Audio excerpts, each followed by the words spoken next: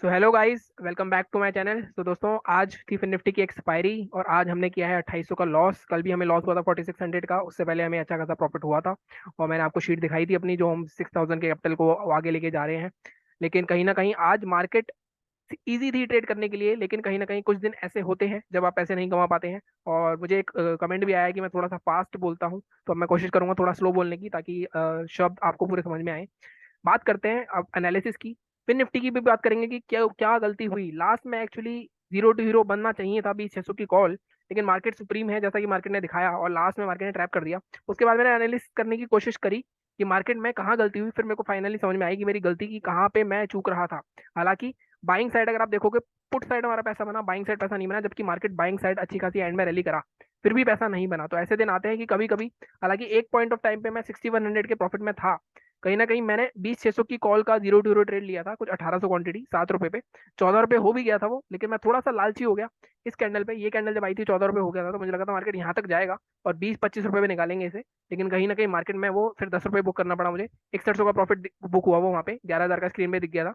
लेकिन उसके बाद फिर उस प्रॉफिट को और बढ़ाने के चक्कर में थोड़ा लालच आया, ग्रीड आया, थोड़ी ओवर ट्रेडिंग हुई, जो कि नॉर्मली एक्सपायरी पे लाइक होना लाजमी है, काफी हो जाती है। और अगर कोई कहता है कि नहीं करता है वो, चाहे कितना बड़ा ट्रेडर हो, वो झूठ बोल रहा है आपसे। अगर आपके पास बैकएंड पे प्रॉफिट है तो आप कर सकते हो, लेकिन इतना भी नहीं कि आप पूरा प्रॉफिट उड़ा दो। ठीक है। अब बात करते हैं कि मार्केट में हमने बात क्या करी थी। पहले फिर निफ्टी की बात कर लेते हैं, उसका बैंक निफ्टी के दोनों टारगेट्स आए हैं। अभी बात करते हैं, एक बार स्टॉप लॉस हिट हुआ, फिर दोनों टारगेट आए। बात करें अगर फिन निफ्टी की तो सॉरी, बात करें अगर फिन निफ्टी की, तो फिन निफ्टी में हमने कल बात करी थी कि मार्केट 20,862 के नीचे ट्रेड करेंगे, शॉर्ट करेंगे हम। टारगेट हमारा 20,399 पहला था, और दूसरा टारगेट 20,324 था। मार्केट ट्रैप कैसे कर रहा है लोगों को, मार्केट एक रेंज में के ऊपर ओपन होता है। अब कल किसी ने उम्मीद नहीं करी होगी गैप पे ओपन होगा। मार्केट पहले एक अच्छा खासा फॉल दिखाया, फिर रिट्रेसमेंट करा, फिर एक लगातार गिरते हुए आया। नॉर्मली जब भी ऐसा होता है तो मैं आपको मना करता हूँ कि 50 पॉइंट से ज्यादा, 60 पॉइंट से ज्यादा फॉल के बाद आपको ट्रेड नहीं करना है। फिर भी जिसने ट्रेड करा होगा, मैंने भी यहाँ स्कैल्प करा, मेरा 3700 या 3800 का प्रॉफिट था पहले 3 ट्रेड में। ठीक है, स्कैल्पिंग जो मैं कर रहा था। उसके बाद कहीं ना कहीं जब यहाँ पे जाके रिटेस्ट करके मार्केट नीचे आया, तो यहाँ पे मुझे लगा कि मार्केट में हमारे दोनों टारगेट्स अब आ जाएंगे। लेकिन मार्केट ने, जैसा मार्केट सुप्रीम है, यहाँ पे फिर से मार्केट ने एक रिवर्सल दिखाया। अब कॉल साइड प्रॉब्लम क्या हो रही थी, कॉल साइड प्रॉब्लम ये हो रही थी कि बार बार मार्केट 10-10 पॉइंट की जम दिखा रहा था। मतलब जब तक आप सोचोगे तब तक कॉल साइड के प्रीमियम में ही 10 पॉइंट का जमा आता था। तो जब भी कॉल प्राइस में लेता था, वो ऑलरेडी हाई प्राइस पे एग्जीक्यूट हो रहा था। अब जैसे मैं यहाँ सोच रहा था, इतने में एक बड़ी कैंडल खड़ी हो गई, फिर मैं थोड़ा सा ऊपर गया, तो यहाँ रेसिस्टेंस था, तो मैंने सोचा इसको क्रॉस करने दो। जब इसको क्रॉस कर देंगे, यहाँ पे बाय करा मैंने, तो मार्केट में शूटिंग स्टार बन गई। जब मैंने फिर शूटिंग स्टार, रेजिस्टेंस था यहाँ पे अच्छा खासा, उसका शूटिंग स्टार के लो के नीचे सेल करा मैंने, तो मार्केट में फिर ये हैमर बन गई और फिर ऊपर निकल गया। अब ये ऊपर गया, फिर मैंने जीरो जीरो बाय करी, फिर मार्केट नीचे आ गया। तो कहीं ना कहीं मार्केट में लास्ट में आज पूरे ट्रैप करने के मूड में थे, और ट्रैप करा काफी लोगों को इन्होंने लास्ट में। अदरवाइज ये अच्छे खासे 6,500 7,000 तो बन ही जाते हैं हमारे। बाकी गोल्ड शीट में आपको कल दिखा दूंगा, जो गोल्ड शीट कह लो आप, जो भी मैं 6,000 से हमने 40,000 बनाया था, 40 का आई थिंक कुछ 25 के आसपास रह जाएगा वो। लेकिन प्रॉफिट में है अभी भी, हम प्रॉफिट के पैसे से ही रिस्क लेके ट्रेड कर रहे हैं हम। हमने अपनी जेब से सिर्फ 6,000 रुपये डाले थे, आपको पता होना चाहिए। ठीक है। अब बात करते हैं बैंक निफ्टी की।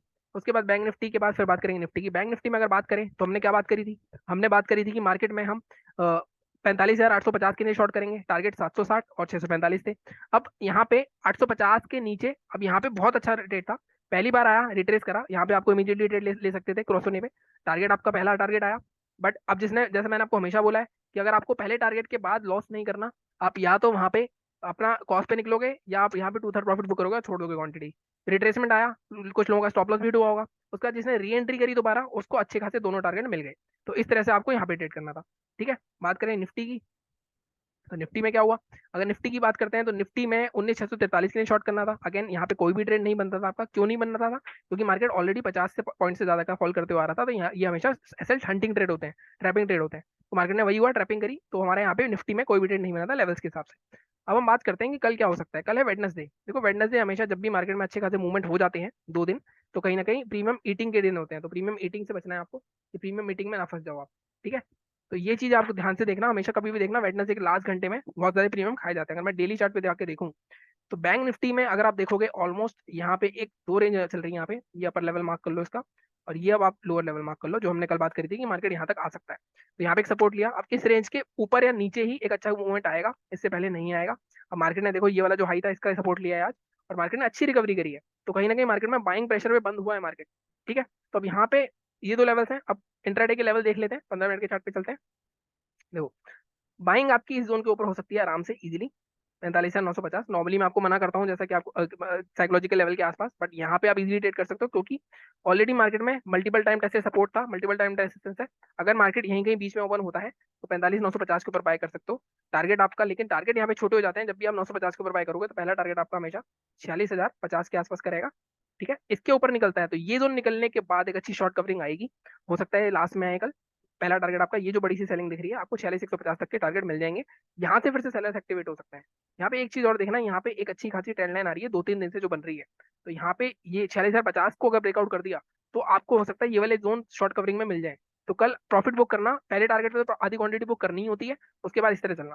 ठीक है, सेलिंग के लिए हमारा यही लेवल है, इससे ज्यादा नहीं है। इसके नीचे लेकिन मार्केट में साइकोलॉजिकल लेवल 45,500, तो मैक्सिमम टारगेट आपका 45,450 या 45,500 तक का रहेगा। तो पहला टारगेट ये, आप यहाँ 450 तक के मैक्सिमम टारगेट ले सकते हो। 180 पॉइंट है, तो इसको आप कैसे ब्रेक करोगे? पहला टारगेट आप 45,500, 40 से 50 का जोन, मतलब ऑलमोस्ट 100 पॉइंट। उसके बाद 450, इस तरह के टारगेट रहेंगे।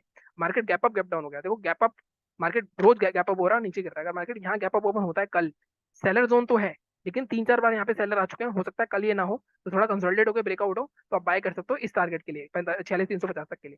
ठीक है, गैप डाउन की बात करें तो 45,500 के आसपास अगर कहीं पे भी गैप डाउन ओपन होता है तो वहां पे अगर रेंज बनती है, ऊपर ब्रेक करता है तो बाय करोगे। सेलिंग कब होगी? सेलिंग 450 के नीचे 15 मिनट की कैंडल को क्लोज कर देता है, सेल कर सकते हो 100 से 150 पॉइंट के लिए, जैसा कि हमेशा टारगेट रखते हैं। ठीक है, बात हो गई बैंक निफ्टी की। निफ्टी की बात कर लेते हैं। निफ्टी में एक बार डिलीट कर देता हूँ मैं, और डेली चार्ट पे चलते हैं। निफ्टी में भी अगर आप देखोगे तो ऑलमोस्ट मार्केट ने ये ब्रेकआउट जोन का टेस्ट कर दिया है ऑलमोस्ट। अभी भी यहाँ पे कुछ बाकी है। लो आज मारा है 19,615 का, तो लो को मार्क कर लेते हैं हम।